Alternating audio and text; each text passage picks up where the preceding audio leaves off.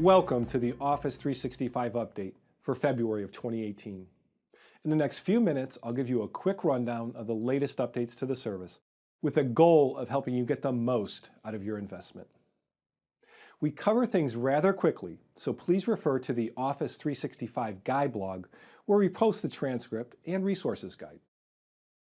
Last October, I covered the growing support for 3D models in PowerPoint. In that segment, I showed you how 3D graphics become even more dynamic when combined with PowerPoint's morph transition.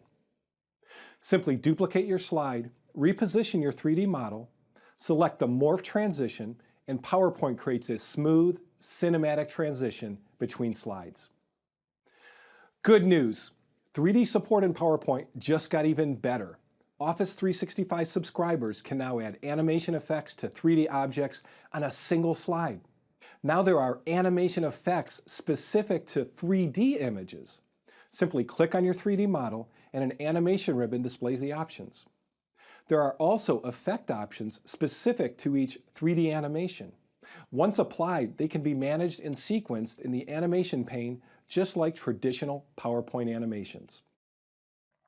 Back in December of 2016, I covered scalable vector graphics. Now you can insert and edit scalable vector graphics and images in your Office documents. We've even added a built-in library of professional, high-quality icons to get you started.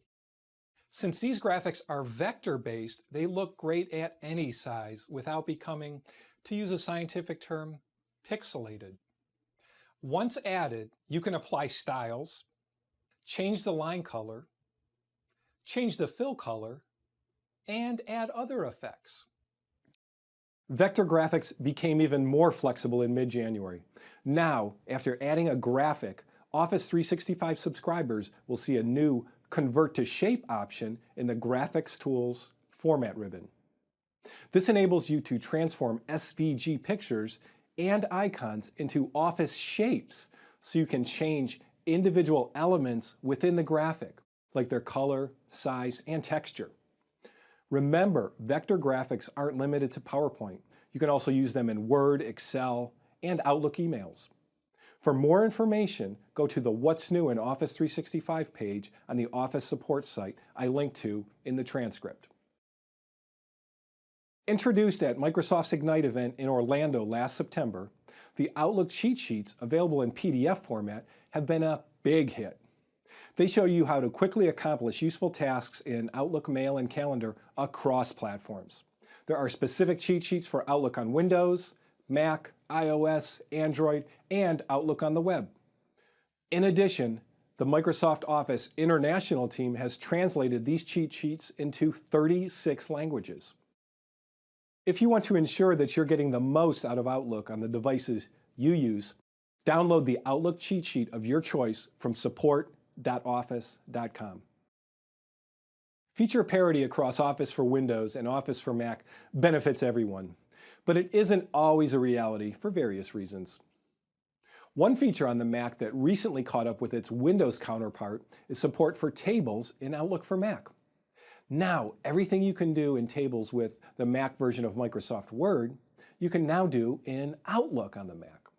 Simply insert a table in a new email and you'll see two new tabs in the Compose window ribbon: Table Design and Layout. Commands in these two tabs allow you to tailor the table just the way you want to. In addition to tables, there are a few small updates to the user interface of Outlook on the Mac that I've been enjoying.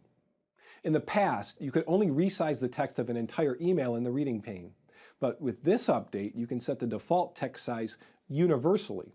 Simply go to Outlook, Preferences, and Fonts. You now have a slider to change the text display size. In addition, Outlook on Mac now supports swiping gestures on your trackpad to triage your inbox. A two-finger swipe to the right or to the left when the mouse is over an email in the item list will give you the option to either delete the message or archive it. If you're a Mac enthusiast or a user like me who works on both platforms, I'm sure you will welcome these improvements. On January 10th, the SharePoint team announced the ability to create and use custom SharePoint site designs. These custom designed sites serve as templates for other sites in the organization.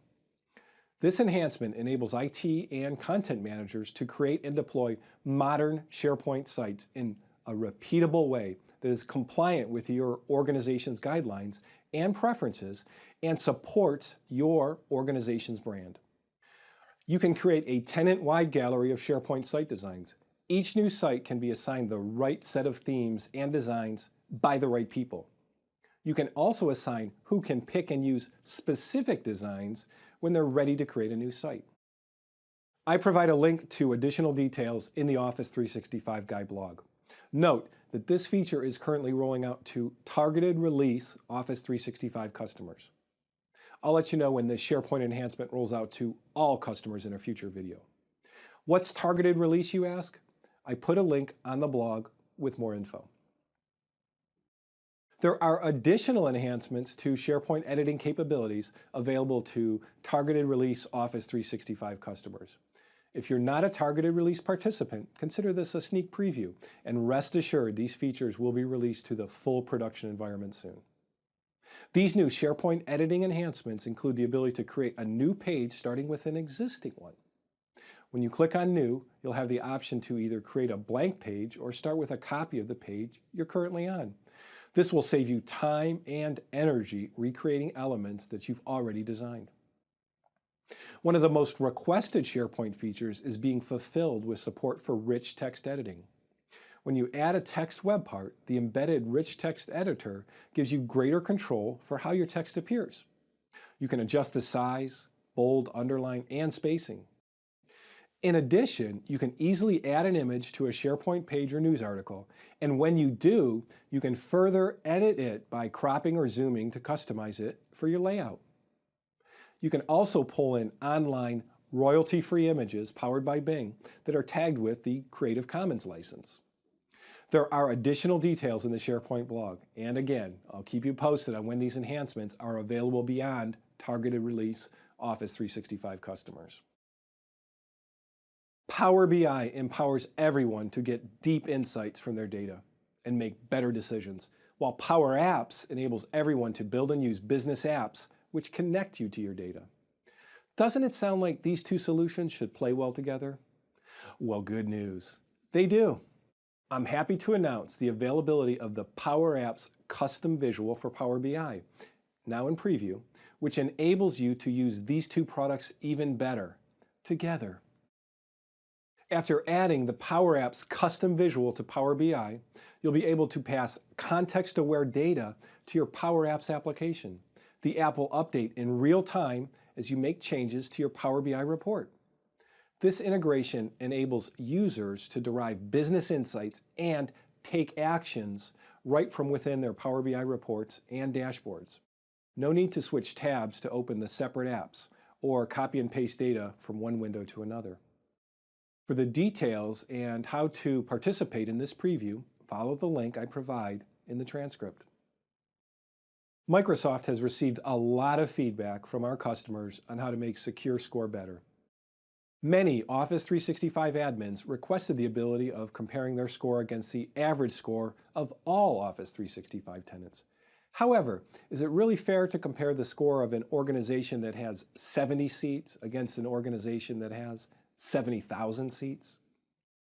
The Secure Score team came up with a solution. They grouped tenants into 7 tiers based on the number of Office 365 active seats.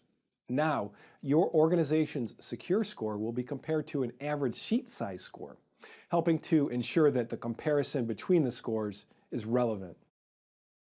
Coming soon, Microsoft will be introducing an industry average score in Secure Score. This will show you how your score compares to other organizations that have designated the same industry. Stay tuned for details. I'll provide an update on this enhancement to Secure Score as soon as it's released. Compliance requirements can be complex to interpret, difficult to track, and labor-intensive to implement. And with new regulations and changes coming constantly, keeping up can be difficult and expensive. Microsoft's Compliance Manager, now available in public preview, enables you to manage your compliance from one place. It enables you to perform a risk assessment of your organization's compliance with regulations and standards such as GDPR, ISO 27001, and ISO 27018. Compliance Manager helps connect data protection solutions with the regulatory requirements that matter to you, as well as enabling you to evaluate Microsoft's cloud services, such as Office 365, with detailed audit information. To simplify your compliance workflow, Compliance Manager also enables you to assign, track, record compliance-related activities, and produce detailed reports that can help you be more prepared for audit activities. For all the details, read the Security and Compliance blog post I linked to in the transcript, which contains a video demo showcasing the Compliance Manager's new capabilities. Before signing off, I want to give you a quick update on two current security threats that you've probably been hearing about: Meltdown and Spectre. They are a newly discovered class of vulnerabilities based on a common chip architecture that, when originally designed, was created to speed up computers. Microsoft is well aware of these threats and has released several updates to help mitigate these vulnerabilities.